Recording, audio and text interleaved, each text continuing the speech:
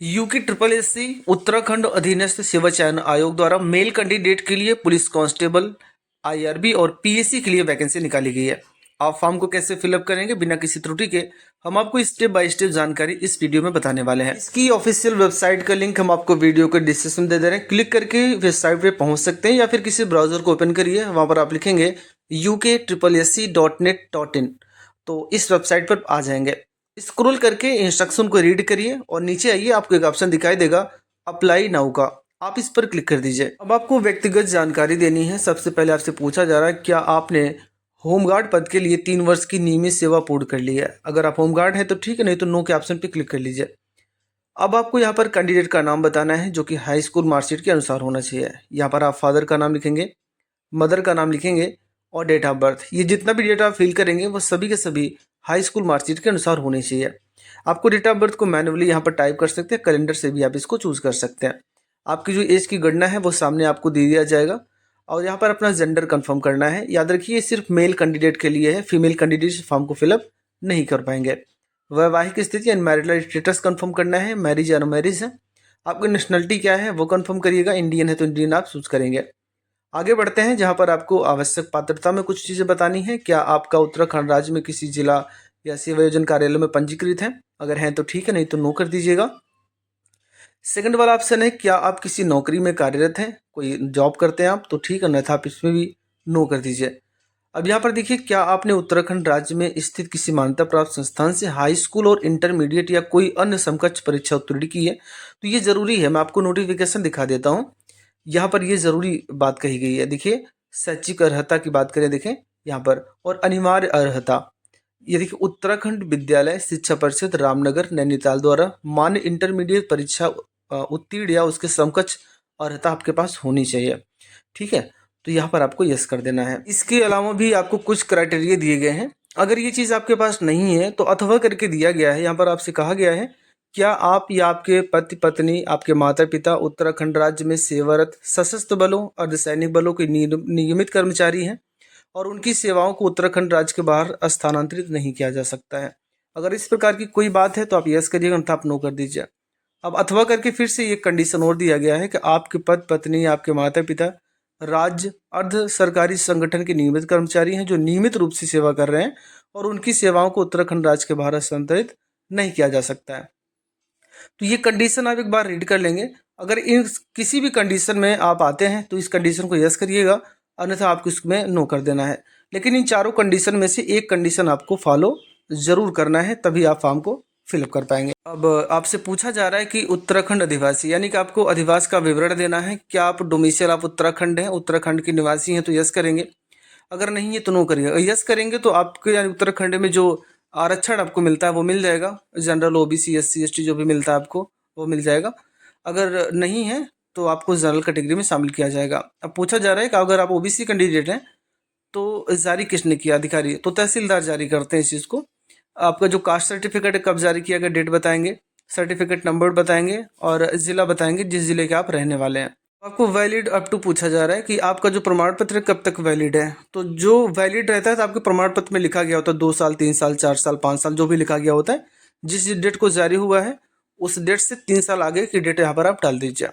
अब पूछा जा रहा है क्या आप भूतपूर्व सैनिक हैं, अगर हैं तो ठीक है, अन्यथा आप नो कर दीजिएगा। पूछा जा रहा है आपसे क्या आप उत्तराखंड राज्य आंदोलन के चिन्हित आंदोलनकारी या उनके आश्रित हैं, अगर ऐसी कोई बात है तो यस करिएगा, अगर नहीं है तो नो कर दीजिए। हालांकि हम ये समझ रहे हैं कि सब पे नो ही करना है। क्या आप उत्तराखंड के कुशल खिलाड़ी हैं जिसके अंतर्गत आते हैं, जैसे आप ब्लॉक स्तर के, जिला स्तर के, राज्य स्तर के खिलाड़ी हैं तो इससे अन्यथा आप नो करिएगा। क्या आप स्वतंत्रता सेनानी आश्रित हैं, नो कर दीजिए। अब यहाँ पर आपसे पूछा जा रहा है क्या आप अनाथ हैं। देखिए, जो बच्चे अनाथ हैं या जो दत्तक पुत्र हैं या जो अनाथ अनाथ आश्रम में रहते हैं, तो इस प्रकार की अगर कोई बात है तो आप यस करिएगा, अन्यथा आप इसमें भी नो कर दीजिएगा। हम आगे बढ़ते हैं, जहाँ पर आपसे कॉन्टैक्ट डिटेल पूछा जा रहा है। आपको इसमें अपनी ईमेल आईडी डालनी है और आपको ईमेल आईडी कंफर्म करना है, मोबाइल नंबर देना है, मोबाइल नंबर को भी आपको कंफर्म कर देना है। हम आगे बढ़ते हैं, जहाँ पर आपको प्रेजेंट एड्रेस देना है, यानी जो आपका एड्रेस है, जैसे कि अपनी गली का नाम डाल सकते हैं, मोहल्ले का नाम, और यहाँ पर अपनी लोकेलिटी आप डाल दीजिए। अपना स्टेट आपको चूज़ करेंगे, अपना ज़िला चूज़ करेंगे, अपना विलेज का नाम, सिटी का नाम डाल सकते हैं, एरिया का पिन कोड डालेंगे और यहाँ पर चेक बॉक्स पे टिक कर देंगे। इस प्रकार से डेटा को फिल करने के बाद हम आगे बढ़ते हैं, जहाँ पर पूछा रहा है प्लेस ऑफ फिलिंग फॉर्म कि आप तो यहाँ पर अपनी सिटी का नाम डाल दीजिए, जिस सिटी से आप फॉर्म को फिलअप कर रहे हैं। अब यहाँ पर लॉगिन डिटेल भरने के लिए आपको पासवर्ड बनाना होगा। एक पासवर्ड बना लीजिए, पासवर्ड को आप कंफर्म कर लीजिए और कैप्चा कोड डालिए और फिर से आपको सबमिट के ऑप्शन पर क्लिक कर देना है। हम इतना करते हैं तो हमारे सामने जो भी हमने बेसिक डिटेल भरा हुआ है वो बेसिक डिटेल हमारे सामने आ चुका है। अगर सब कुछ सही है तो पहले वाले बॉक्स पे चेक बॉक्स करना है, अगर एडिट करना है तो सेकंड वाला चूज करेंगे। हालांकि हमारा सही है इसलिए हम पहले पे क्लिक करते हैं और आगे बढ़ जाते हैं। यहाँ देखिए हमारा जो ईमेल आईडी है वही हमारा यूज़र आईडी होगा और पासवर्ड तो अभी आपने बनाया है तो वही आपका पासवर्ड रहेगा। अब मुझे लॉगिन करना है इसलिए हम यहाँ पर लॉगिन के ऑप्शन पर क्लिक करते हैं। यहाँ पर हमारी ईमेल आईडी डालना है, जो हमने पासवर्ड बनाया था उस पासवर्ड को यहाँ फिल करेंगे। यहाँ पर आप कैप्चा कोड डालेंगे जो कि नीचे दिया गया है और हमें यहाँ पर लॉगिन के ऑप्शन पे क्लिक कर देना है। लॉगिन होने के बाद अब स्क्रॉल करके नीचे तरफ आइए। सबसे पहले आपको एसेंशियल एजुकेशन क्वालिफिकेशन देना है। अब आपको यहाँ पर सबसे पहले हाई स्कूल का डेटा देना है, इसलिए हम हाई स्कूल पे क्लिक करते हैं। आपकी डिग्री क्या है, हाई स्कूल है।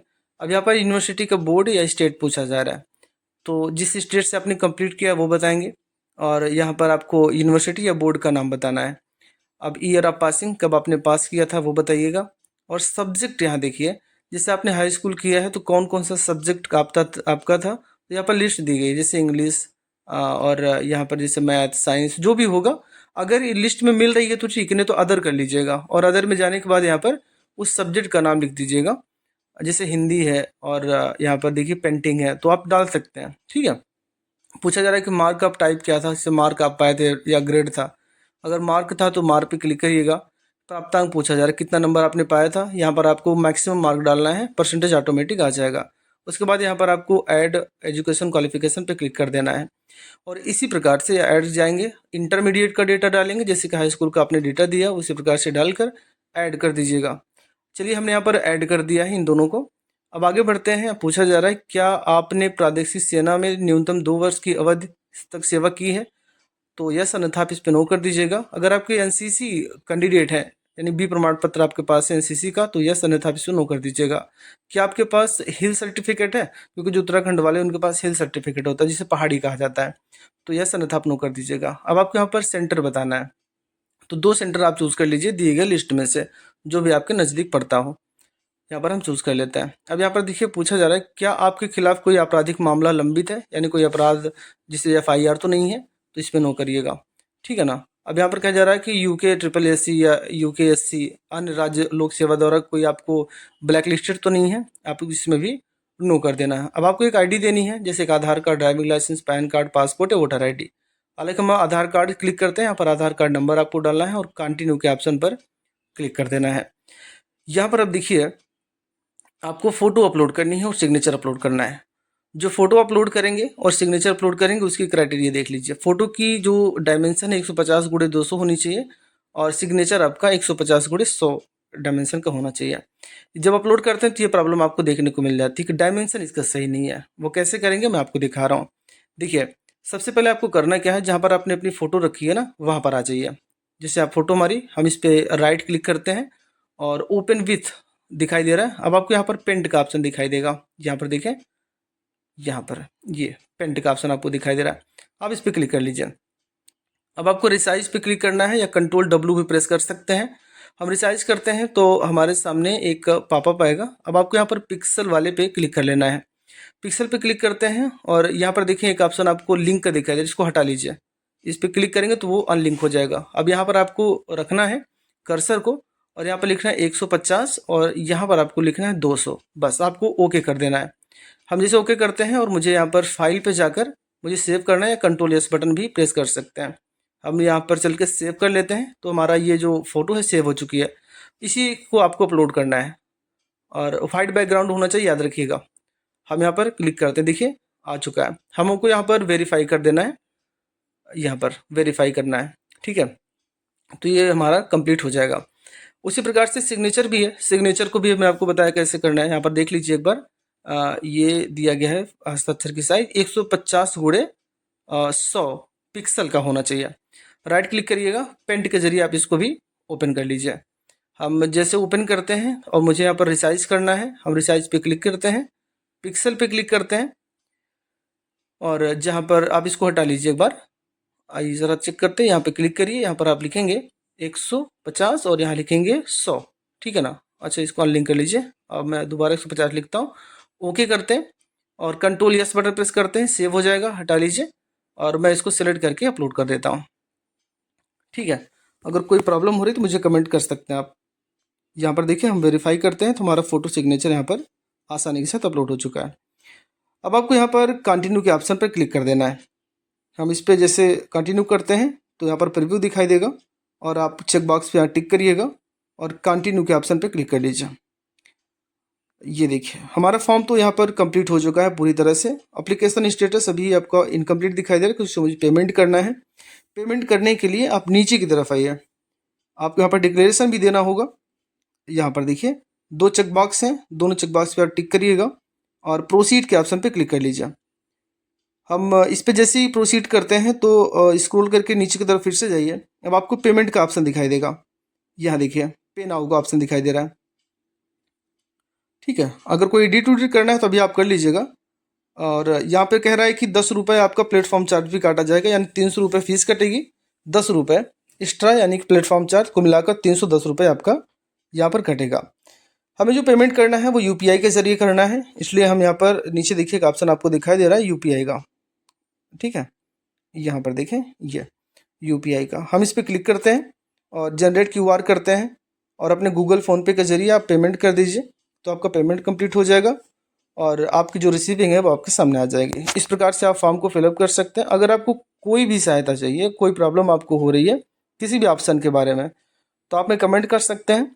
हम आपकी सहायता ज़रूर करेंगे और पूरी मदद करेंगे आपकी जितना हमसे हो सके।